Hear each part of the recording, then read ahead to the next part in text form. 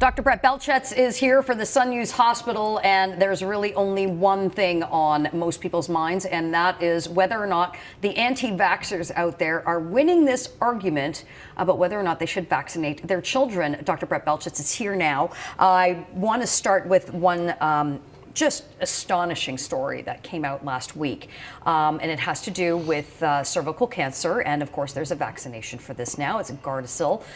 There are others, but this one in particular, it's the HPV virus, as everybody refers to it.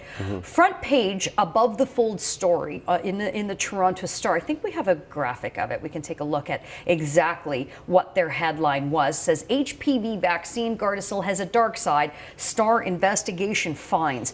When I was looking up this story, and I sort of just, really got into it because I saw all these doctors, pharmacists, everybody in the medical field jumping all over this. What's wrong here? I'm just going to say, where do you begin? Yeah, I don't even know where to start. This is such shameful, terrible journalism. I find it disturbing that one of the largest publications in this country decided to put forth information about a major health story without consulting any scientists, doctors, or any experts to figure out if their hypothesis on this was correct. And their understanding of the facts is wrong. They're not scientists. They don't understand the data they're looking at. They totally misinterpreted the data they're looking at. The conclusions they draw are totally incorrect. And not only doing that, they're doing a huge disservice to the Canadian public because they are actually almost discrediting a vaccine which will potentially save thousands of lives. Right. This is shameful journalism. The Star, to be honest, should be apologizing. They should be retracting this study, in my mind. Okay, so this, in the light of the discussion that we've all been having for the past couple of weeks of this outbreak of measles, coming up, more and more cases, what happened out west in Fraser Valley with the 400 cases there. Suddenly this alarming headline comes out, and it wasn't just in the Toronto Star paper, it was also on their free handout on the subway that they so a lot of people are absorbing this information, and I read it and I just thought, okay, well, there's no one quoted in here other than a sad story of some young women who have had some complications, but I saw no correlation between the two. Well, so what you're seeing is correlation. What you're not seeing is causation. Okay. So you're saying, I've seen a story about some sad women that have had some complications, and even that is incorrect. So to say that what they're experiencing is a complication of the vaccine is grossly incorrect. So there was a fantastic tweet that was put out on Twitter by a doctor, and I totally agree with this. So a doctor put out a tweet and said, I had some Jamba Juice, and 3 days later, I miscarried my baby. Yeah. Therefore, Jamba Juice caused my miscarriage. And that's the kind of reporting we saw in this Toronto Star story. What they basically said is they found a whole bunch of women who, within a few days or a few months or even longer period of time from getting this vaccine, they had something happen. Doesn't matter what had happened. Even if they died of a heart condition that was unrelated to the vaccine, they said this was caused by the vaccine. Well, you know what's really interesting is that when we do the study and we look at populations of the same age group and we look to see is there any different rate of those kinds of complications between people who did have the vaccine and didn't, because this is how we do science. We actually look at a control group to say, were their outcomes any different? Wow, well then we see there's no difference in the outcome. So the kinds of things that we're seeing, some of the unexplained neurological phenomenon that we're seeing among people who've had the Gardasil vaccine, some of the cases of death even, there have been about 200 cases of death across North America. Weirdly enough, the rates of death in those neurological phenomena are no different among people who didn't have the vaccine.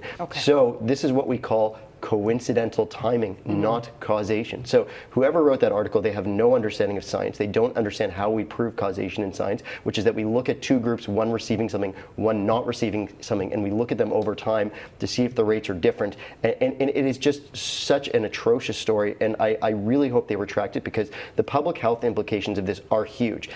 Cervical cancer is caused by the HPV virus. This vaccine prevents the vast majority of cervical cancers due to this virus. This is going to save lives, and the Toronto Star story, if it prevents people from getting that vaccine, may actually cause people to die unnecessarily. That is, okay, let me rewind this a little bit. When the Lance story came out a number of years ago, by that doctor who did say he found a connection between those who get the MMR and those who get eventually autism.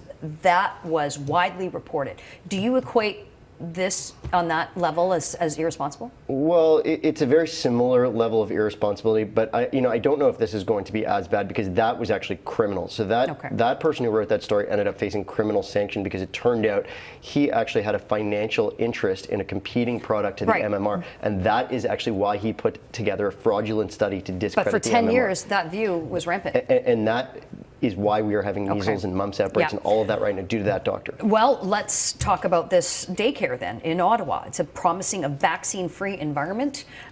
These parents have, in their words, they've investigated the formula, the contents of what is in the MMR vaccination, and based on what their research has found, they have decided not to vaccinate their kids. So address that first and foremost. What is it that they say they're taking issue with that's in the MMR vaccination? Is it a degree of mercury? Like, what is it? So what they're saying is when what's inside the MMR vaccine is what we call live attenuated virus. There is virus, and what we actually do is we chop that virus down so that that virus can no longer cause sickness. And then the pieces of the virus that are in there, when they go into your system, they expose your immune system to what that virus looks like, and your immune system generates antibodies, and therefore eventually if you ever encounter the real virus out there, you have antibodies circulating in your body, fights it off very easily. Okay. And so what they're saying is we don't want children that have pieces of that virus in their bloodstream, because if you've got pieces of that virus from the vaccine, these children are sick children. That's what they're saying. Okay, now we have this hotbed of young children, and trust me, I get how hard it is to find daycare in this day and age, let alone children who have not been vaccinated. But now you've got this pool of, let's say, half a dozen children, Brett, that are in contact with one another every day for long periods of time. None of them have been vaccinated. And for whatever reason, either the parents have chosen to delay it or weren't at, all of these issues. Bottom line is they haven't got their shots. Now they're all in a closed environment with one another. What is going to be, in your professional view, I know we can't, look too far in the future, but what can happen here?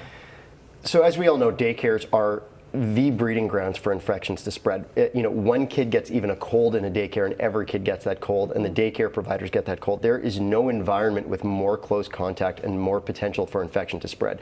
Measles is the most infectious virus that we know of. Measles has a 90% infectivity rate among populations that are unvaccinated.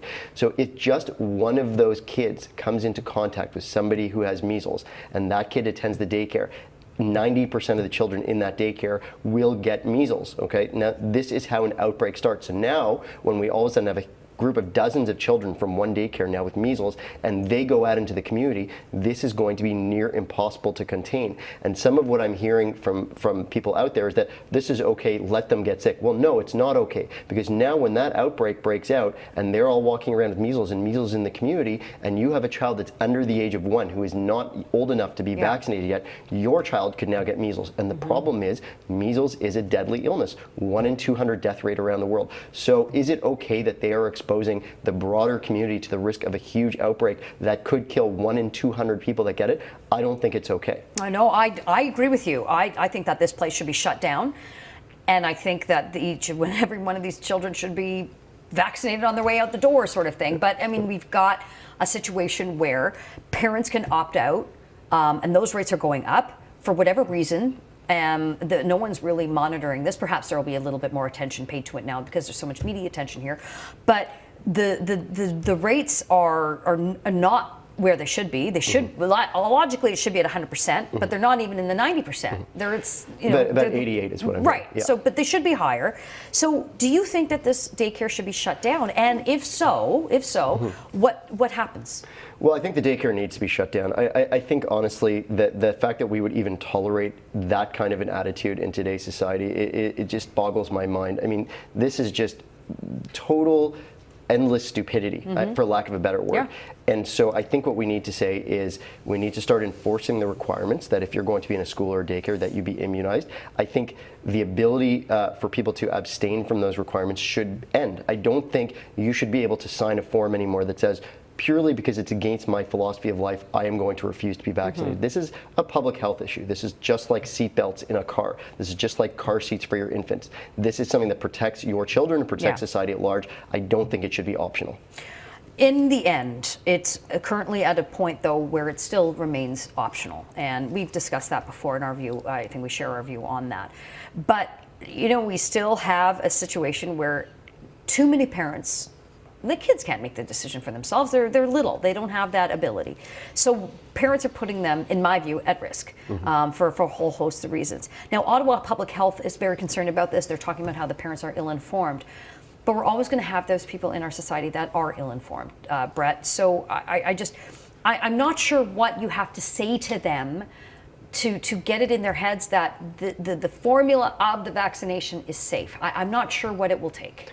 I think there are some people for whom logic will never make a difference. They're thinking. There actually have been studies done on this, and what was really interesting is that the more facts you presented to anti-vaccination people, the less likely they were to go and get vaccinated. For some reason, these are people that are appalled by facts and they're appalled by science, and their reactions are the opposite of what we would expect to be logical. So when we are dealing with people that don't respond to logic and they don't respond to facts, sometimes as a society we have to take matters into our own hands. So this is not a society where you're free to do anything you want. If you don't want your children to go to school, that's not okay. We will force you to put your children in school. Yeah. If you want to drive 100 miles per hour on a highway where that's not allowed, no, you can't just go and do that. And I think this is one of those cases where these people don't respond to rational arguments, and at some point in time we need to do what's best for everyone. Yeah, I agree with you. All right, Dr. Brett Belchat's our medical affairs expert here at Sun News.